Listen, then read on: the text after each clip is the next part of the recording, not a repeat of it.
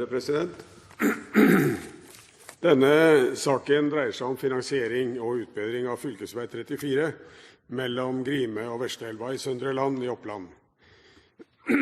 Tidligere vurderte man dette prosjektet som en fase 2 for utbygging av riksvei 4, men komiteen slutter seg i denne saken til regjeringens vurdering om at saken nå behandles som et eget prosjekt. Prosjektet er omtalt i Oppland fylkeskommunes handlingsprogram for fylkesveier, og her er det lagt til grunn en utbedring av denne parsellen som et delvis bompengefinansiert prosjekt, med oppstart i planperioden 2010-2013. Parsellen mellom Grime og Vesleelva er godt og vel 10 km lang. Den er smal og svingete og har dårlig veifundament. Strekningen har også vært ulykkesutsatt, og de siste 10 årene så har det vært 14 ulykker, og det har dessverre gått med et liv, og 3 er blitt hardt skadet. Så dette er også et godt trafikksikringsprosjekt.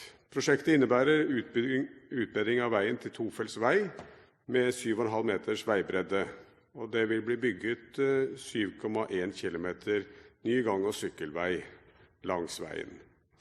Videre så vil også 34 busslommer bli utbedret, og 120 boliger vil få ny og mer trafikksikret ankomst til veien. Og det vil også bli foretatt støyskjerming. Prosjektet forventes å gi forbedret fremkommelighet og dermed også redusert ulykkesrisiko. Omregnet til 2011-kroner så blir kostnadsoverslaget nå justert opp til 139 millioner kroner. Nå er det jo slik, at i disse sakene så er det jo først og fremst finansieringsopplegget vi skal behandle. Og om jeg får legge til, i denne saken, til tross for at staten ikke bidrar direkte i finansieringen i det hele tatt.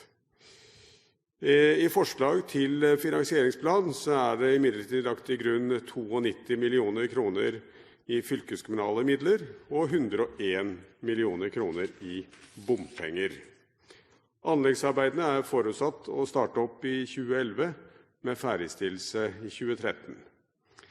Og i 2011 så er det også lagt til grunn at fylkeskommunen bidrar med 30 millioner, og at bompengeselskapet stiller til disposisjon 15 millioner. Bomstasjonen forutsettes plassert sør på strekningen som skal utbedres, rett sør for krysset med fylkesvei 138.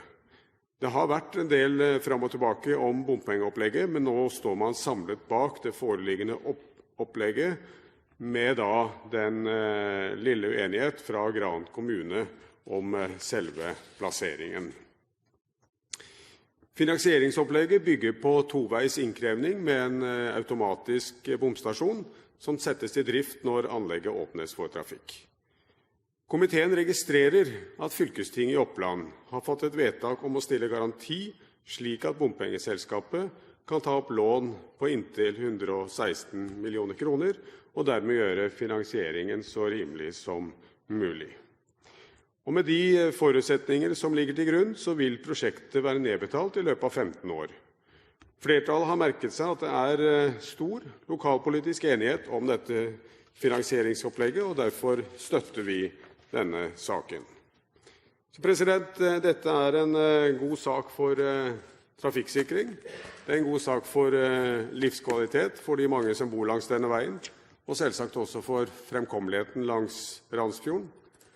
Og vi som beslutter prosjektet her i dag, bør også i dette prosjektet sende en takk til brukerne, eller til trafikantene som tar ekstrabelastningen med å delfinansiere en offentlig vei med bompenger.